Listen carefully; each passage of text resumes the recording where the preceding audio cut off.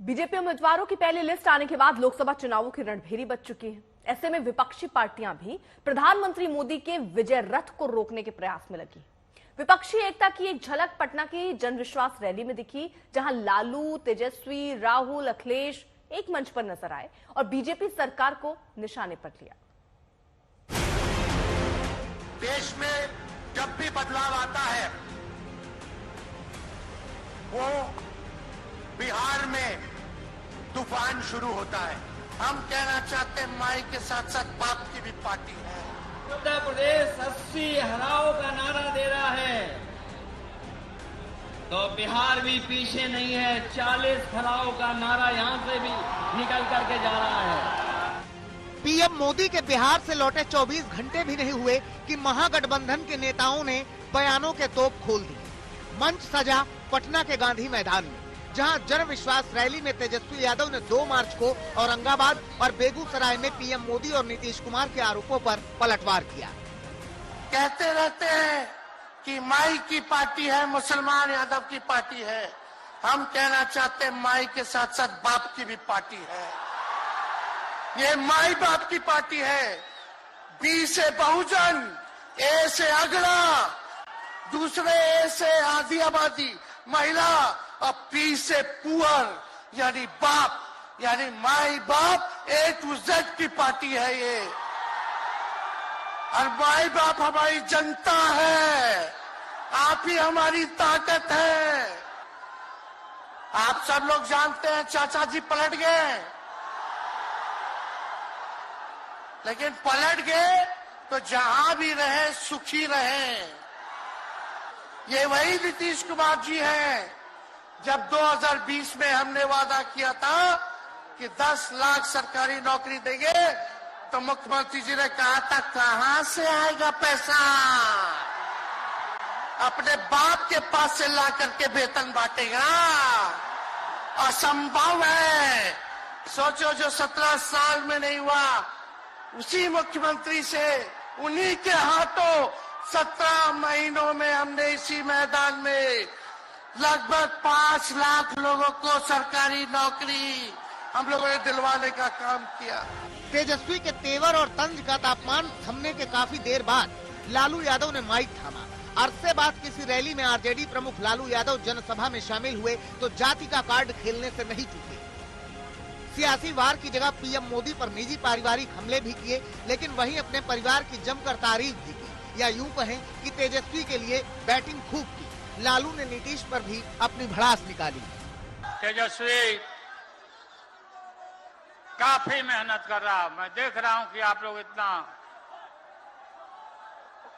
ताकत दिया, लोगों को रोजी रोजगार नौकरी दिया। तेजस्वी दोबारा हमसे गलती हो गई, तेजस्वी से गलती हो गई, दोबारा ही पलट गए, नरेंद्र मोदी के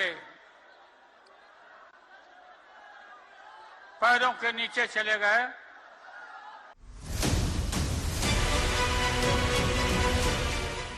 महागठबंधन की रैली में राहुल गांधी ने अपने पुराने ढर्रे पर ही बयानों की बल्लेबाजी की। शुरुआत मोहब्बत की दुकान से हुई और उद्योगपति कर्ज माफी जाति के इर्द गिर्द घूमती रही।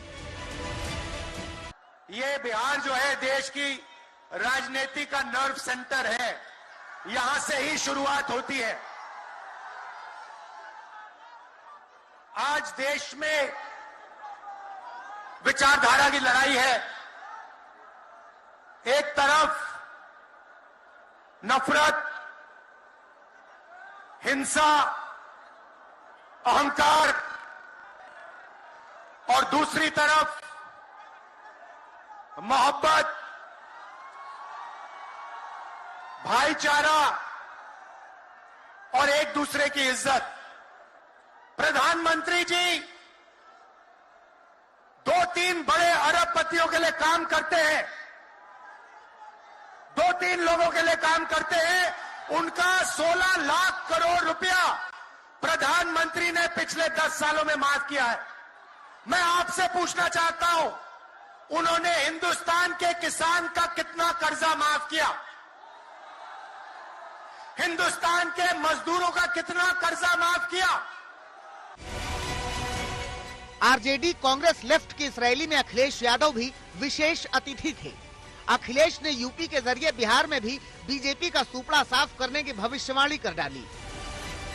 उत्तर प्रदेश 80 हराओं का नारा दे रहा है।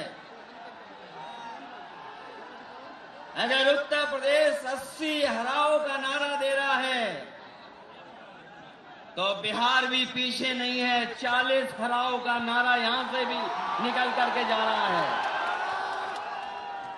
और अगर यूपी और बिहार मिलकर के 120 सीट हरा देंगे तो भारतीय जनता पार्टी का क्या होगा। बिहार में लोकसभा की 40 सीटों की लड़ाई दिलचस्प हो गई है।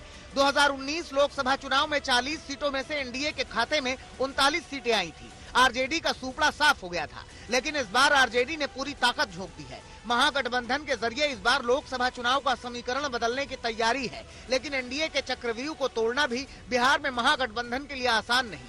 एनडीए के लिए मोदी की गारंटी तुरुप का पत्ता साबित हो सकता है। पटना से रोहित सिंह के साथ आज तक ब्यूरो।